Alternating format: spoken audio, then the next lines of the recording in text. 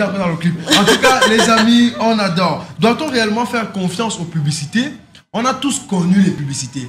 Personne ici ne peut dire qu'il n'a jamais vu une publicité à la télé. On voit parfois les publicités des produits et quand on revient d'abord sur qu'est-ce que c'est qu'une publicité, on parle là du fait d'exercer une action psychologique sur le public afin à des fins commerciales. Donc, la partie qui moi m'intéresse ici, c'est le côté psychologique. Ça veut dire qu'on connaît que s'ils voient ça, ils doivent faire comme ça. Ça veut dire que tel aura besoin de ça. Et spécialement de faire connaître un produit et d'inciter à l'acquérir. Oui. Donc maintenant, la grosse question c'est, est-ce qu'on doit vraiment croire ce qu'on voit à la télé là? C'est ça la grosse question.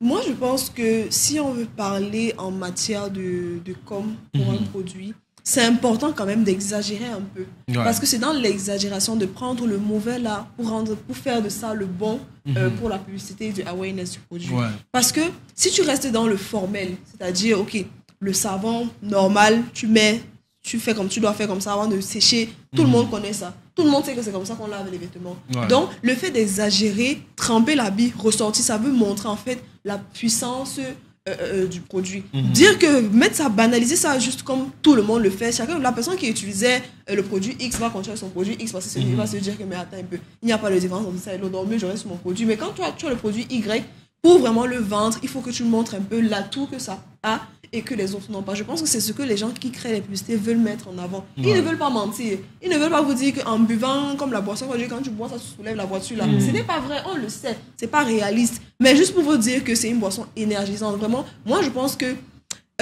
il n'y a pas de mensonge derrière la publicité. La publicité veut juste refléter ce que le produit... refléter peut-être le hic du produit en fait. Ça veut juste vous montrer que c'est une boisson énergisante. Quand tu bois ça, voilà, tu reprends du peps et tout, mais pas que tu vas soulever la voiture. Donc c'est le petit message derrière que l'on va terminer. Les gens devraient plutôt savoir comment comprendre le message derrière la publicité au lieu de rester sur la publicité, un peu comme le bonbon. Tu veux un bonbon? Ouais, pourquoi pas? Un Maxine Ginger, et puis tu commences à t'envoler là. Moi, avant que sur le moment là, juste pour m'envoler. Mais c'est un moment donné, après un moment tu comprends que non, c'est juste parce que ça te donne une sensation hyper fraîche et forte qui peut te faire vraiment, même si tu es dans le volcan, ça te rafraîchit mais à 100%. Donc moi je pense que c'est juste important de comprendre le message derrière la publicité. And Mario Christian, that's the same question we bring to you. Like, est-ce que tu dois vraiment faire confiance à ce qu'on voit comme publicité pour représenter une marque, on va dire comme ça? En étant vraiment absolument d'accord avec Serena, je voudrais ajouter que la publicité joue dans la tête des gens. La publicité est là pour formater. Non, formater, c'est un peu trop dire. Oui. Mais la publicité, son objectif principal, c'est de vous faire changer ce que vous avez à l'esprit pour vous attirer au produit qu'il est en train de présenter. Donc maintenant, doit-on croire ou pas? S'il y a des publicités mensongères, ça veut dire qu'il y a aussi des publicités qui sont réelles. Et donc, il s'agit maintenant du public, du consommateur, de pouvoir faire la différence, comme Serena a dit, de ce qui est vrai ou de ce qui est mauvais. Même si c'est que dans les publicités qui semblent vraies, il y a quand même quelques limites parce que forcément dans la pub, il y a exagération des qualités du produit. Donc on ne peut pas faire confiance absolument à la publicité. D'accord. En tout cas, les amis, vous à la maison, est-ce que vous faites confiance aux publicités? Le débat se poursuivra sur la page Facebook, le Morning Show, mais on attend également les messages pour ceux qui seront au taquet. Et on revient pour préciser que 42% des personnes dans le monde croient aux publicités. Oui. Genre, ils sont facilement affectés par des publicités. C'est un peu comme je racontais à Serena une fois une discussion entre moi et ma cousine, une nièce qui vit aux États-Unis. Elle a son téléphone. Je dis, genre, les jeux que tu as à l'intérieur, moi, je ne comprends pas. Parce que c'est des jeux vraiment, tu ne comprends pas. Tu vois les trucs que toi, tu ne sais pas qu'on peut jouer. Maintenant, elle est en train de jouer à ça. Je dis, comment est-ce que tu fais pour avoir des jeux dans ton téléphone? Elle me dit ADS, et qui veut dire advert en anglais, donc publicité. Je dis, sérieux? Elle me dit, chaque fois qu'elle veut un jeu, elle attend les publicités. Quand elle voit, elle télécharge, elle essaie de jouer et c'est cool. Ça dit, donc chez vous, ça marche. Parce que moi, je me dis toujours que chez nous, si on a tendance à ignorer les publicités. Quand ça passe à la télé, c'est juste peut-être si tu vois ton El Diablo, ou même plus tu vois ça passe, vous passez après. Mais retour à l'époque, je voyais ma mère aller acheter la mayonnaise Calvé, par exemple, parce que chaque fois qu'il y avait... c'était quoi avant. Elle diable toujours. Une série, c'est ce que je dis. Avant une série, il y avait un logo qui le gars, Calvé, mayonnaise, le gars qui faisait la tête comme ça, donc, à cause de ça, il dit, non, on va payer la mayonnaise. Il y a des enfants qui aimaient déjà la vache qui rit parce qu'ils ont l'impression que chaque fois en prenant la vache qui rit, c'est la taille qui vont venir.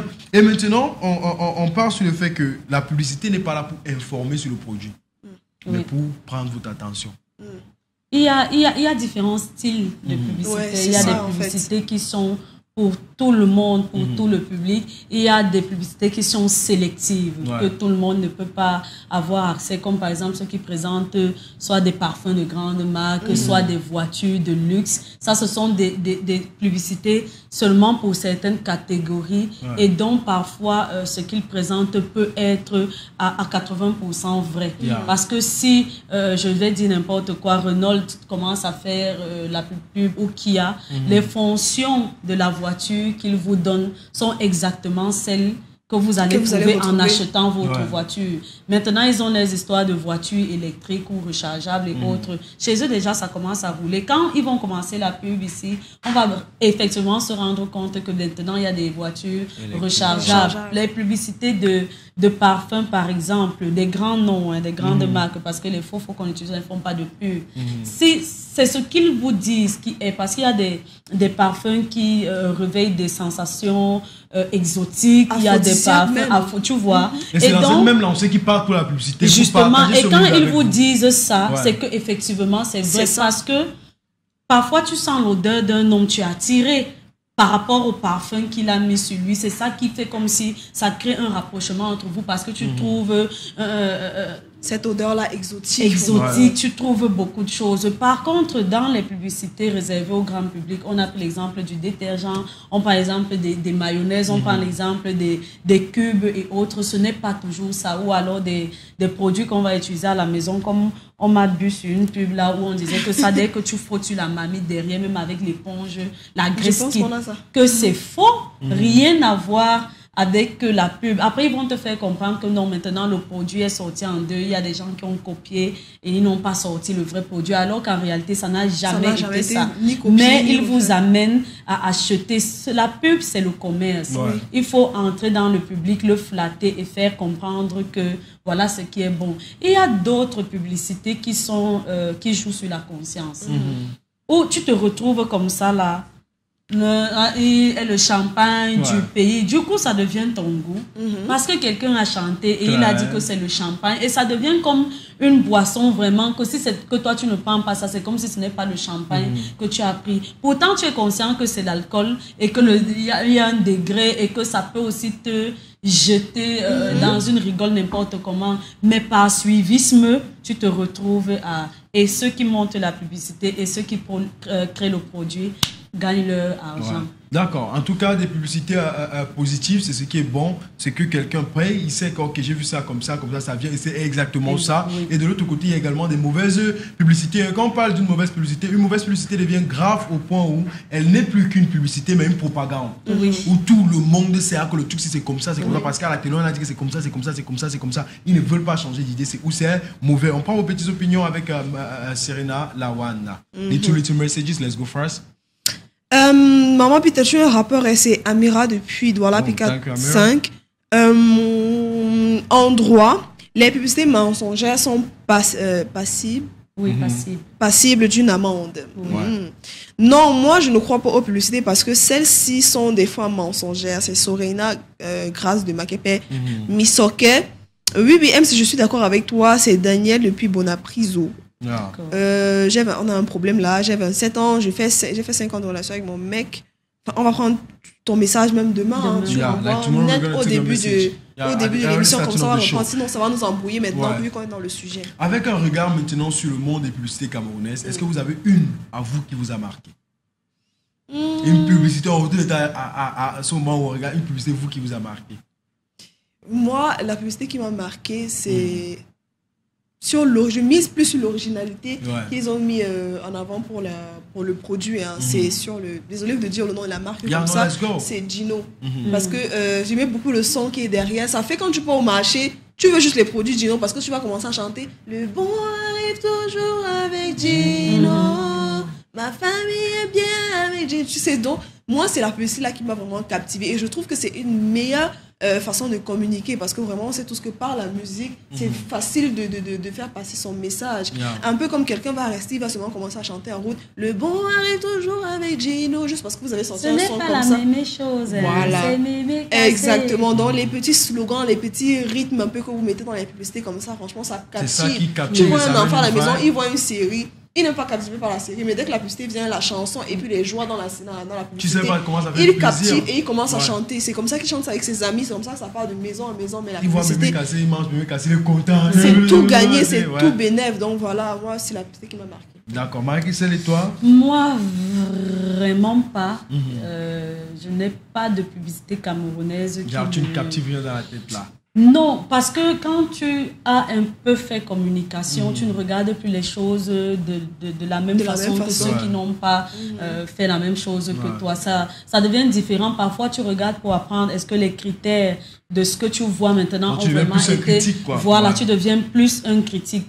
Donc, moi, je trouve même souvent que les publicités camerounaises ont beaucoup de problèmes. Vous ne pouvez pas vous retrouver à danser quelque part et puis quelqu'un a mâché le chewing-gum. Et puis, ça donne la joie à tout le monde et puis quelqu'un mâche le chewing-gum. Donc, du coup, c'est... Pour moi, je me pose souvent des questions. Est-ce que... Avec le gars met voilà, tu vois, et tout le monde. Et puis, vous vous levez, puis on vous dit à la fin, là, moi, je me pose vraiment souvent des questions. Est-ce que les canons qu'on m'a donnés, est-ce que c'est vraiment ça qu'ils suivent eux-mêmes? J'ai beaucoup de problèmes avec les pubs camerounaises, réellement. Et maintenant, moi, j'ai parti sur la lancée que tu as pris avant de donner ma publicité à moi. Oui. Il y a une publicité qui bat ses critères. C'est celle de Calvé qu'on parle exactement quand El Diable passait souvent. Oui. C'est tellement simple. Vous êtes dans une ambiance, nous sommes là. Subitement, on attend la mayonnaise. Le mec va mettre une boîte de mayonnaise que personne n'est habitué à manger. Donc tout le monde s'arrête à bord. Moi, le dit, je mets la repose à ces mots-là, tu vois. Et quand il change, l'ambiance continue. Ça, c'est tellement simple. Libre à toi de décider si tu veux garder cette ambiance, aller payer cette publicité. Ça, c'est tellement simple. Moi, celle qui m'a marqué, c'était où il y avait les publicités des biscuits. Il y avait Rio, il y avait Biscoco, tout. Ouais, en fait, la musique. C'était l'originalité en fait. C'était la première fois que je voyais une marque qui faisait la publicité de plusieurs de ses produits en une publicité et qui était vraiment différent. Où tu reconnaissais les gens, un chauffeur de camion, il sait qu'au moins c'est quand il roule là. C'est ça qu'on propose souvent, il a la rue dans lui pèse ses biscuits. Le petit enfant qui joue au football, super chaos, il y avait les machin. À l'intérieur, tout ça, en fait moi c'est la publicité qui m'a beaucoup marqué. Par contre, ce qui m'a intéressé, je crois en fin d'année dernière ou en début de cette année, je me souviens plus, c'est le conflit qu'il y a eu entre les sociétés brassicoles qui sortaient chacun des jus soit de même qualité et les messages qui étaient forts. Ce combat là entre l'autre qui voulait montrer qu'on ne triche jamais l'original, c'est l'original qui est ceci. Après l'autre vient dire que c'est même parce que c'est dans la bouteille ici que ça fait comme ça. Et un autre sujet de loin pour dire que vraiment la course des enfants c'est le matin, voici. Moi j'ai aimé vraiment le combat qui a été. On a senti que les gars de cellules de communication ont appliquer maintenant ce qu'ils ont eu à apprendre. Certaines personnes ont pensé que ça va créer des guerres entre... Non, mais les gars sont en train de faire leur travail. C'est chacun qui veut mettre son produit en avant. Bien qu'on va te dire que l'autre a triché ceci et l'autre a triché. Non, ce n'est pas de la triche. Chaque société brassicole a son maître brassier et ils ont tous le même secret. Maintenant, ça se joue au niveau et des formes et de la façon dont maintenant vous exposez votre produit. La quantité des ingrédients également. Pour moi, ça a été vraiment impeccable. Tu voyais des trucs de même couleur, mais les contenants ne sont pas pareils. Mais d'autres personnes vont te dire que non, ici quand même j'aime parce qu'il y a moins de gaz. Là-bas quand même j'aime. Et puis chacun essayait de se battre avec les panneaux en ville. Moi, j'ai trouvé ça vraiment impeccable. C'était passionnant. J'aurais voulu voir de tels actes durer plus longtemps pour montrer que... D'accord. Avant les derniers messages, c'est bien de préciser que certaines publicités, les meilleures, c'est ceux qui sont simples. Oui, vraiment. Qui laissent le choix. On précise là, qui laissent le choix à l'internaute de faire le choix sur le prendre ce que ça lui apporte. De ne pas prendre. Tu ne vas pas faire publicité, tu vas montrer que dans la publicité, ta petite histoire, tel n'a pas utilisé tel produit à cause de ça, elle est morte. Je vais te dire encore une pub alors qui a été impeccable pour moi, mais ça n'a pas mis long. Une pub, un combat entre Orange et MTN. Ce qui se passe, c'est que quand MTN est en train de faire sa pub, c'est une orange qu'il balance et puis c'est sa carte qui vient fracasser l'orange. Mais les gars ont rapidement changé l'orange en mettant la pastèque. Parce que ça pouvait créer... Directement, mais ça annonçait. Fort. Moi, ça m'a tellement plu. Et c'est une publicité qui n'a pas vraiment mis long. Mais c'était MTN qui annonçait déjà le nombre d'abonnés qu'il a déjà au Cameroun ou dans le monde. Tu vois un peu. En lançant cette orange et que la carte vienne complètement émiettée. Le lendemain ou une semaine après, ce n'était plus l'orange et le fruit utilisé, c'était la pastèque. Tu vois ça un peu. Parce que problèmes quand même. En tout cas, demain, on vous ramène une petite vidéo où vous allez voir des publicités où des marques se font combat dans la même publicité. J'adore. Ou j'aime trop ce genre de les combat. gars font les choses et le combat dans une seule publicité. On prend les petits messages à Serena avant de sortir. Je suis du même avis que MC. Les pubs ne sont que du commerce. Bonjour la famille Serena, très jolie et tout. C'est Tata MC. Ce ne sont pas toutes les pubs qui disent les vérités. Par exemple, les pubs de la cosmétique. L'autre là, n'en parlons pas. L'autre là, n'en parlons pas. On prend une fille qui n'a jamais utilisé l'huile. C'est la catastrophe. Ces gens prennent des mannequins déjà bruns et ils prétendent que ce sont ces produits qui les ont rendus comme ça. Et elles sont maquillées au moment de la pub. En fait. La publicité joue le rôle de volte-face. Pourquoi cela? La publicité est là pour attirer notre attention sur certaines marques et en même temps émettre certaines infos, tout de même d'une autre pub. Exagère un peu comme l'exemple du savon, lait et autres, c'est faux. MC, j'aime vraiment tes explications sur les topics, tu es intéressante. Pour moi, on ne doit pas faire confiance aux publicités parce qu'un jour, j'ai vu la publicité du savon ou quand on trempait la bille dans la mousse et quand on ressortait, c'était propre. Moi, je suis partie. Essayez ça quand j'ai sorti la bille, c'était sale, miga de doigt là. Toi, Peter. Salut à vous. Salut. Moi, je trouve que la publicité, c'est une fiction et une réalité. Moi, c'est Yolande, voilà. Bonjour Yolande. Vraiment, la seule publicité qui m'a captivée, c'est la publicité de Gino. J'adore vraiment ça. Oui. Comme Serena. Salut la famille, vous êtes vraiment beau aujourd'hui. Je remercie de toujours nous donner le sourire ce matin. Moi, j'aime pas d'autres publicités, surtout celles des jeux. Lorsque tu rates un jeu, il y a directement les spots énervants. Je suis haïs de Douala. Pour moi, les pubs sont fausses, donc j'y crois pas trop. Comme MC dit, surtout les pubs camerounaises, pas pour vexer certaines personnes, mais c'est comme ça. Salut, je kiffe trop votre émission. Bon, bref, je suis d'accord avec MC. Je ne suis pas du tout. Je ne pars du tout parce que c'est juste le commerce. Mais sinon, la seule pub qui m'a marqué, c'est le biscuit Rio, presté par Lady Ponce, parce que je suis fan d'elle, c'est Manuela depuis Bonabel. En fait, moi-même, c'était mon burst. En tout cas, les amis, on adore. Et on se quitte sur la référence. Il faut faire confiance à une publicité qui vous laisse le choix, soit d'utiliser le produit qui ne vous impose pas. Mais cela ne termine pas les derniers mots du débat. On poursuit ce débat sur la page de Facebook, le Morning Show.